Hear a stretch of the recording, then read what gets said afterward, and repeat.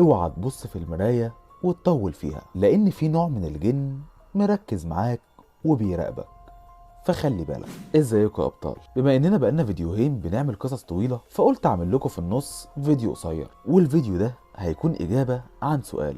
تمام، يلا نبدأ. في ناس بتسأل وبتقول هو الجن العاشق بيسكن فين؟ او ايه المكان اللي ممكن يشوفنا فيه فيعجب بينا؟ الموضوع ده الآراء مختلفة عليه، ما بين ان في نوع من الجن اسمه فعلا الجن العاشق، وما بين ان اي جن ممكن يبقى جن عاشق. والرأي الأول بيقول ان الجن العاشق بيسكن في المرايات، ولما بتبص على نفسك في المراية وتطول وقتها الجن ده بيركز معاك وممكن جدا يعجب بيك، فبالتبعية يلبسك. اما الرأي التاني فالجن العاشق موجود في كل مكان، في الحمام وفي اركان البيت وفي سقف البيت، في كل مكان من حواليك حرفيا، لان زي ما انت عارف ان الجن بيسكن في زوايا وسقف البيت واكيد في الحمامات، فحرفيا هو حواليك من كل مكان. ولو هتسألني عن رأيي فانا مع الرأي التاني، ان اي جن ممكن يتحول للجن العاشق. وده كان فيديو بسيط بيرمي لفيديو تاني، لان الفيديو الجاي او اللي بعده هتكون قصة طويلة عن الجن العاشق.